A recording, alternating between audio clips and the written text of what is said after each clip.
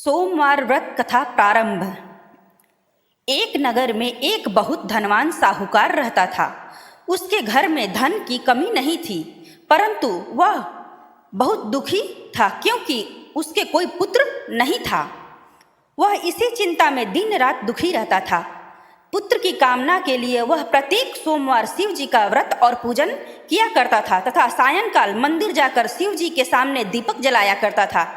उसके इस भक्ति भाव को देखकर एक समय माता पार्वती ने शिव जी से कहा, महाराज, यह साहूकार आपका अनन्य भक्त है, सदैव आपका व्रत और पूजन बड़ी श्रद्धा से करता है, आपको इसकी मनोकामना पूर्ण करनी चाहिए। शिव जी ने कहा, हे पार्वती, यह संसार कर्म क्षेत्र है। किसान खेत में जैसा बीज बोता है वैसा ही फसल काटता है, उसी तरह मनुष्य इस संसार में जैसा कर्म करते हैं वैसा ही फल भोगते हैं। माता पार्वती ने अत्यंत आग्रह से कहा, महाराज, जब यह आपका अनन्य भक्त है और इसको किसी प्रकार का दुख है तो उसे आपको अवश्य दूर करना चाहिए।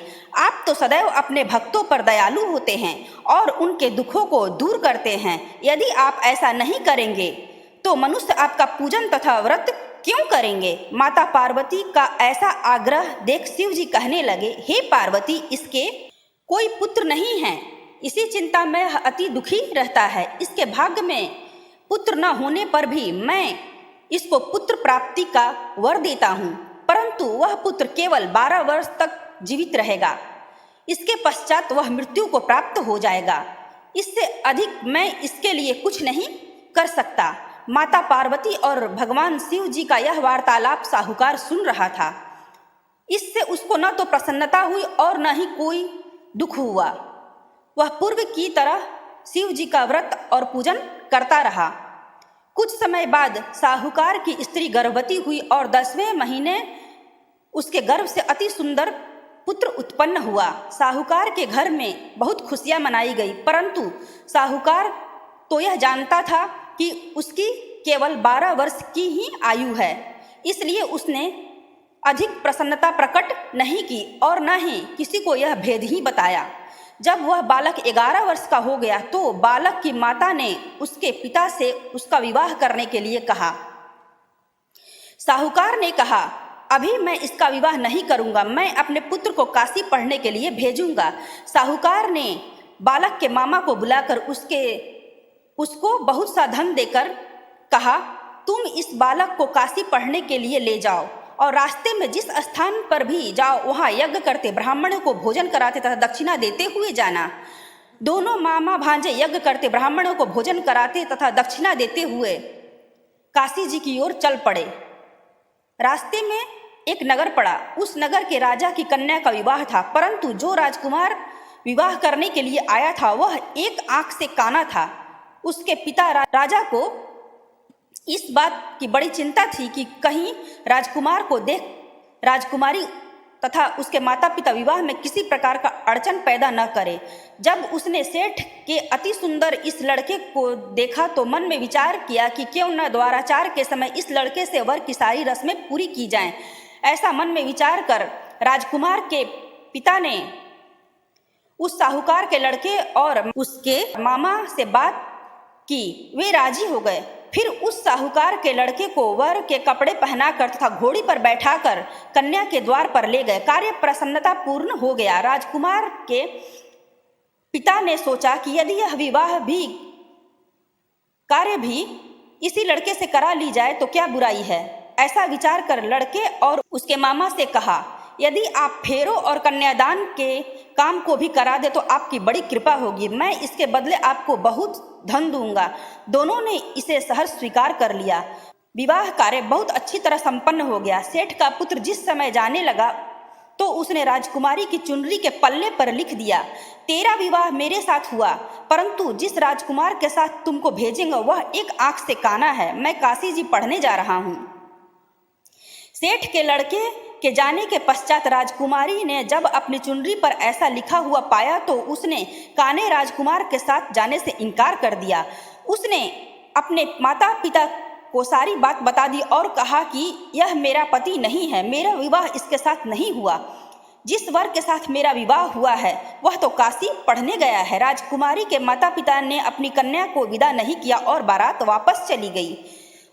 उधर सेठ का लड़का और उसका मामा काशी पहुंच गया। वहां जाकर उन्होंने यज्ञ करना और लड़के ने पढ़ना शुरू कर दिया। जिस दिन लड़के की आयु 12 वर्ष की हो गई उस दिन मामा ने यज्ञ रचा था। लड़के ने अपने मामा से कहा, मामा जी आज मेरी तबीयत कुछ ठीक नहीं लग रही है। मामा ने कहा, अंदर जाकर सो जाओ। लड़का अंदर जाकर सो गया तो थोड़ी देर में उसके प्राण निकल गए। जब उसके मामा ने आकर देखा कि उसका भांजा मृत पड़ा है तो उसको बड़ा दुख हुआ। उसने सोचा कि अगर मैं अभी रोना पीटना मचा दूंगा तो यज्ञ कार्य अधूरा रह जाएगा। अतः उसने जल्दी से यज्ञ का कार्य समाप्त करवा कर ब्राह्मणों के जाने के बाद रोना पीटना शुरू कर दिया। संयोगवश उसी समय शिव पार्वती उधर से जा रहे थे। जब उन्होंने जोर जोर से रोने पीटने की आवाज सुनो, पार्वती जी कहने लगी कि हे महाराज, कोई दुखिया रो रहा है, इसके कष्ट को दूर कीजिए। जब शिव पार्वती वहां पहुंचे तो उन्होंने पाया कि वहां एक लड़का मरा पड़ा था। माता पार्वती कहने लगी, महाराज यह तो उसी सेठ का लड़का है जो आपके वरदान से उत्पन्न हुआ था। शिव जी ने कहा, हे पार्वती, इसकी आयु इतनी ही थी, वह यह भोग चुका। तब पार्वती ने कहा, हे महाराज, इस बालक को और आयु दे, नहीं तो इसके माता पिता तड़प तड़प कर मर जाएंगे। माता पार्वती के बार बार आग्रह करने पर शिव जी ने उसको जीवन का वरदान दिया। शिव जी की कृपा से वह लड़का जीवित हो गया। उसके बाद शिव जी और पार्वती कैलाश पर्वत पर चले गए। शिक्षा पूरी होने पर वह लड़का और उसका मामा उसी प्रकार यज्ञ करते, ब्राह्मणों को भोजन कराते तथा दक्षिणा देते अपने घर की ओर चल पड़े। रास्ते में उसी नगर में आए जहां उस लड़के का वहां की राजकुमारी के साथ विवाह हुआ था। वहां आकर उन्होंने यज्ञ आरंभ किया। उस लड़के के ससुर वहां के राजा ने उसको पहचान लिया और महल में ले जाकर बहुत अवभगत की। बहुत से दास दासियों सहित आदर पूर्वक अपनी राजकुमारी और जमाई को विदा किया। जब वे अपने नगर के निकट आए तो मामा ने कहा, मैं पहले तुम्हारे घर जाकर तुम्हारे माता पिता को खबर कर आता हूँ। जब उस लड़के का मामा घर पहुंचा तो उसने देखा कि लड़के का माता पिता घर की छत पर बैठे हैं। उन्होंने यह प्रण रखा था कि यदि हमारा पुत्र सकुशल लौट आया तो हम राजी खुशी नीचे आ जाएंगे, नहीं तो छत से कूदकर अपने प्राण दे देंगे। उस लड़के के मामा ने आकर जब यह समाचार दिया कि आपका पुत्र आ गया है तब उनको विश्वास नहीं हुआ। उसके मामा ने जब शपथ पूर्वक कहा कि आपका पुत्र अपनी पत्नी तथा बहुत सारा धन लेकर आया है तो सेठ प्रसन्नता से भर उठा। सेठ सेठानी आनंद पूर्वक नीचे आए। बाहर आकर उन्होंने अपने पुत्र तथा उसकी पत्नी का भरपूर स्वागत किया। सभी प्रसन्नता के साथ रहने लगे। जो कोई सोमवार का व्रत धारण करता है अथवा इस कथा को पढ़ता या सुनता है उसके सभी दुख दूर होकर समस्त मनोकामनाएं पूर्ण होती हैं तथा इस लोक में नाना प्रकार के सुख भोग कर अंत में सदाशिव के लोक को प्राप्त होता है। त्रिगुण शिव जी की आरती। ओम जय शिव ओमकारा, हरे जय शिव ओमकारा, ब्रह्मा विष्णु सदा शिव अर्धांगी धारा। ओम जय शिव ओमकारा, एकानन चतुरानन पंचानन राजय, हंसासन गरुड़ासन वृषिवाहन साजय। ओम जय शिव ओमकारा,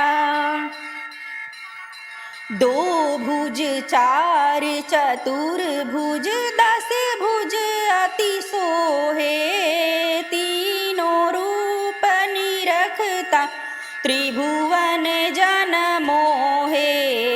ओम जय शिव ओमकारा, अक्षय माला वन माला मुंड माला धारी, चंदन मृग मद सोहे भाले शुभकारी।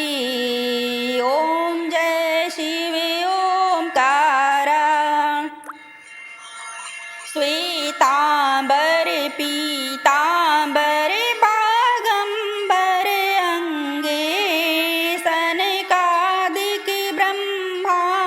एक भूतादिक संगे। ओम जय शिवे ओंकारा करके मध्य कमंडल और चक्र त्रिशूल धारी, सुख करता दुख हरता जग पालनकारी। ओम जय शिवे ओंकारा। ब्रह्मा विष्णु सदाशिव जानत विवेका, प्राणवाच के मध्य ये तीनों एका। ओम जय शिवे ओंकारा। त्रिगुण शिव जी की आरती जो कोई नर गावे, कहत शिवानंद स्वामी सुख संपत्ति पावे। ओम जय शिवे ओंकारा। सोमवार की आरती। आरती करत जनक कर जोरे, बड़े भाग्य राम जी घर आए मोरे। जीत स्वयंवर धनुष चढ़ाए, सब भूपन के गर्भ मिटाए। तोरी पिनाक किए दुई खंडा, रघुकुल हर से रावण मन शंका। आई सीताली संग सहेली, हरसि निरखवर माला मेली। गज मोतियन के चौक पुराए, कनक कलश भरी मंगल गाए। कंचन थार कपूर की बाती, सुर नर मुनि जन आए बराती। फिरत भावरी बाजे बाजे, सिया सहित रघुबीर बिराज। धनी धनी राम लखन दो भाई, धनी धनी दशरथ कौसल्या माई। राजा दशरथ जनक विदेही, भरत शत्रुघ्न परम सनेही। मिथिलापुर में बाजत बधाई, दास मुरारी स्वामी आरती गाई। जय श्री शिव जी माता पार्वती की जय। मेरी चैनल को सब्सक्राइब करें, वीडियो को लाइक शेयर और कमेंट करें।